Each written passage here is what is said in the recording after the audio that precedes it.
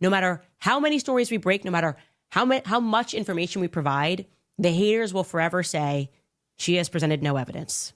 They're just going on vibes and a dream on the Candace show. That's it. She had a dream, and now she's just blindly pointing the finger at everybody. And so I actually decided while we were on break that I had time to put together a list. And this is by no means definitive. This is just a list of stories that we have broken on this show. So here we go.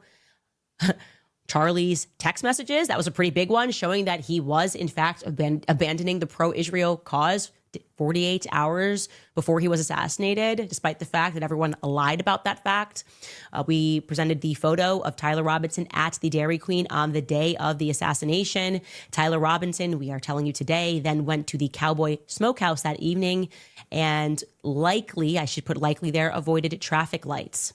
We can also tell you that Tyler Robinson called out of work on the 11th. That's another story I'm breaking here. He was citing food poisoning. He called out of work very early in the morning on the 11th, and he also called out of work on the 10th, saying that he had to help his grandmother move furniture.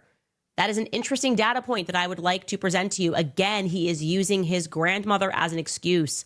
I think that if I was the federal government and I had unlimited resources, if I was the state government and I had unlimited resources in the form of people's tax dollars, I would probably be wondering if he went to his grandmother's house that night.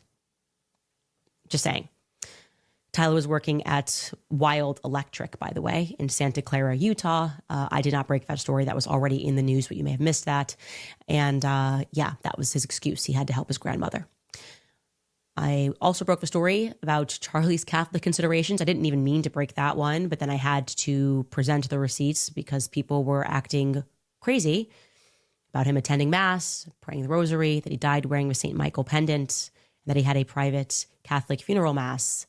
I also broke the story regarding Terrell Farnsworth's strange behavior moments after the assassination. I broke probably the biggest story of all, actually. It is the only reason that we are still discussing this. It's the only reason that we realized the single reason, the first reason rather, the primary reason that we recognized the feds were lying to us was because I broke the story that there was no blood on the back of Charlie as he went down, that the bullet did not pass through.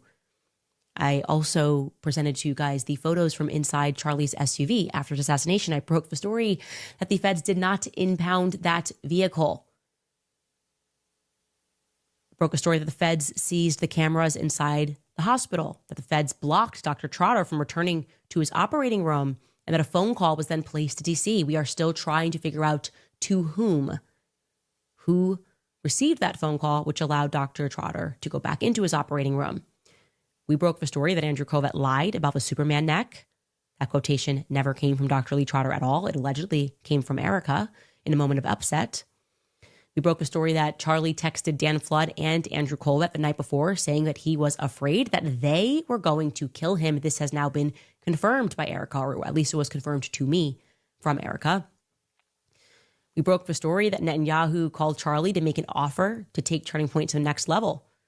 That story is being disputed by Erica. That's a Turning Point on Turning Point fight, okay?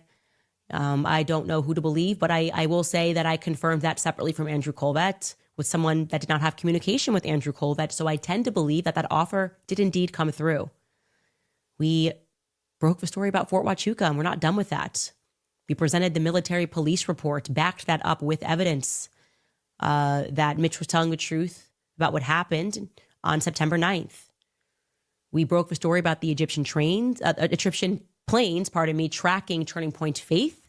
That document we still have for you, which is coming forward. We will be proven correct on that as well. We broke the story about the bomb dogs failing to detect the recently discharged weapon on September 10th, and that it was actually the feds that then directed three rookie police officers to find it.